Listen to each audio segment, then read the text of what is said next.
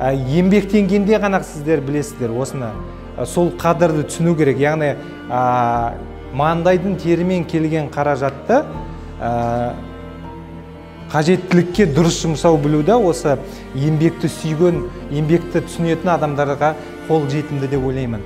Енді адамның өмірі жеңілдету үшін ойлап табылған құралдар қандай білесіңдер? Холодильник, пылесос, телефон, микроволновка. Мектепте не бар? 6-ға кіретті, ойно тәтеміз нардан тазалап жатыр ғой, жуып жатыр ғой. Еңбек қазір біз үстінен өтсек, оны былықтырамыз ғой дейді да, олар жумаған жағымен ақырын ғана бір-бірден өтіп шығады. Егер сен жаңа Қайрат Нұртас сияқты болашақта өз балаларымен күнді уақытын өткізіп шетелге демалуға барғың келе ме?